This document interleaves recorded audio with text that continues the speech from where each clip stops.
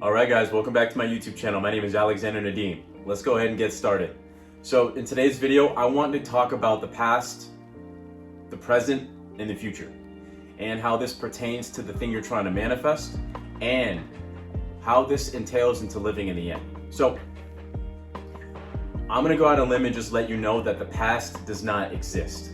The past does not exist other than your remembrance of the past.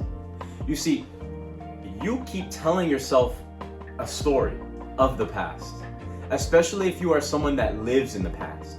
Now, did that thing that happened in the past happen? Sure. However, you give it power. You give it remembrance. You let it stay in the present moment every time you think about it, every time you harbor around those feelings. Because remember, as I've spoken about in my other videos, feelings and emotions is an energy. Emotion. Energy in motion. Emotion. And so every time you give the past any significance in your life after the event has passed, you are now living in the past. You are now living in a reality where you stay in the past. You are now living in a reality where you can't move on. And so, truthfully, the past does not exist anymore. Whatever happened to you and whatever transpired no longer is hurting you anymore. It's gone. The event has now passed.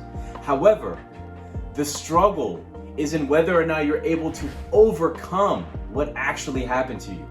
And that's what most people end up fighting against, is whether or not they can actually overcome this situation mentally, physically, and spiritually. And that is a tie you have to deal with on your own. That is a fight that you have to deal with on your own. I am only here to bring significance on the fact that the past does not exist. It's just a story that you tell yourself. It's a remembrance of an event that happened long time ago that you're giving power to.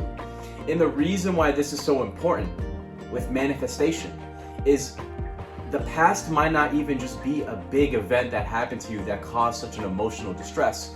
It could even be your financial situation, that every day you wake up on this planet, you know how much money you've made up until this point, and you tell yourself a story where you've only made this amount of money, you only have this amount of money in your bank account, and you tell yourself this story based on yesterday's circumstances.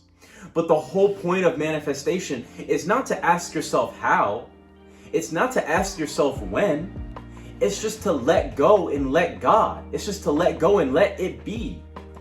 You see, there's a quote in the Bible that says, with men, nothing is possible, but with God, all things are possible. And when I'm bringing this up is that with your human left side of the brain, right? With your human side of the brain, you can only, your logical side, your rational side, you can only think logically, you can only think rationally.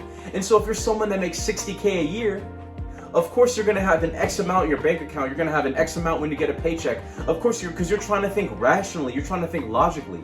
But if you were just to think on the right side of your brain, you would be more open up to the possibilities and be more creative to have more inspiration and have more blessings come your way because you're not tied down by the left side of the brain. You see, the left and right side of the brain are so vastly different, right? But they both exist for their purposes. Men are more rational, logical thinkers, but women are more creative right side thinkers. And it's about balancing that masculine and feminine energy in your body that creates manifestation. I've met a lot of women, and I only bring this up because women seem to be more natural in just creativity, more artistic, and they just seem to just do things on the fly and they don't really ask questions. They're just like, okay, well, I'm just gonna try this out. But with men, we have to think logically, we have to move rationally. And while that works in the physical world, remember that 98% of the world think that in order to get a result, they have to take a physical action, right? They have to take a physical action. And then once they take their physical action, they'll get a physical result. And then they will finally feel that physical emotion from those two processes. But remember, physical action can only take you so far in this world. If physical action was all that we needed in order to be successful, then how come there's thousands, if not millions of us that physically work hard every single day, but do not live our desired reality?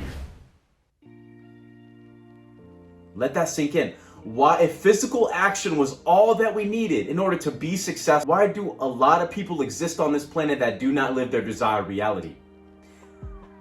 The logical conclusion is that we're missing a component in working, in imagination. Because we've all tried the working aspect, right? We've all worked hard. There's no one that doesn't work hard. We all work hard in our own way. But yet there's a disparity between the people that live their dream lives and the people that don't. And why is there a disparity? I'll tell you why. It's because 2% of the people in this world do not take physical action first. They take mental action. And so the formula is you have to take a mental action, aka a visualization, combine it with your emotional change. So take that mental action, feel that emotion you would feel if you had it, right? AKA feeling is the secret, Neville Goddard.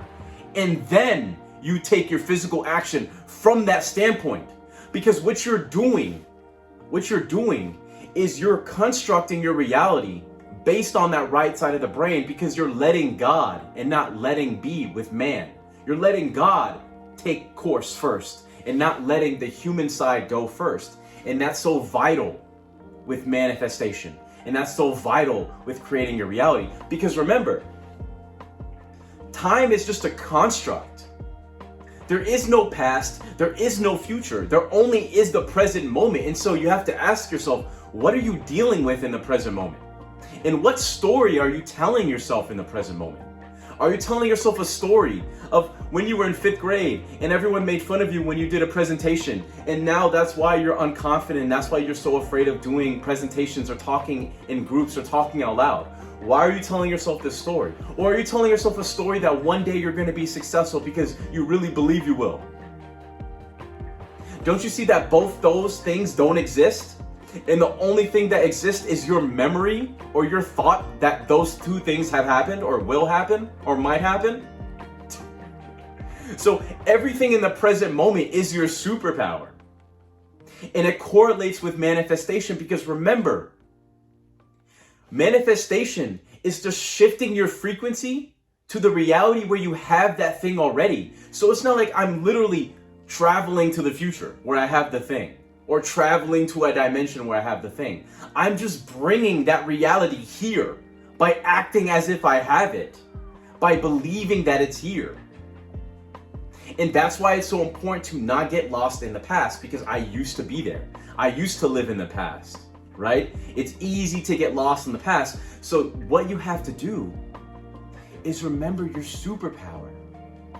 That everything that you need exists right now. And don't remind yourself of stories of where you don't have it, or where you're not good enough, or because you went through this that you can't have that. These are just things that you're telling yourself. The world does not label you such. You label yourself as such. You are the one creating your reality with your thoughts, beliefs, and assumptions. You are the one that has to take ownership for the life that they want to build. It's you. I'm going to end this quote. I'm going to end this video with a quote from the Bible. Now, I did make a quote on the Bible earlier. I don't know if I quoted it exactly correctly, but I want to give this quote to you guys. So, Jesus said, "Cast the net on the right side of the boat. And once you cast your net on the right side of the boat, you will have a multitude of fish." Again, I'm not quoting it word for word. I'm just paraphrasing based on what I remember. Now, my editor will drop the actual quote in the video. Even in the Bible, right? If you look at it esoterically, not just looking at the words, but look at it esoterically, look at the meaning behind what is being said. He said, cast the net on the right side of the boat, and you will have a multitude of fish. The right side of the brain.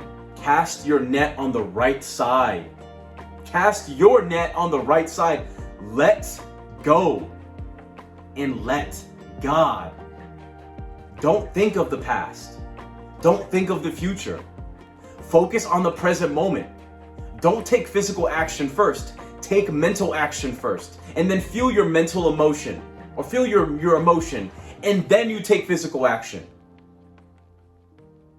If you understand these concepts, then you're one step closer to being a reality creator. You're one step closer to being a part of the 2%. I'll see you guys in the next video.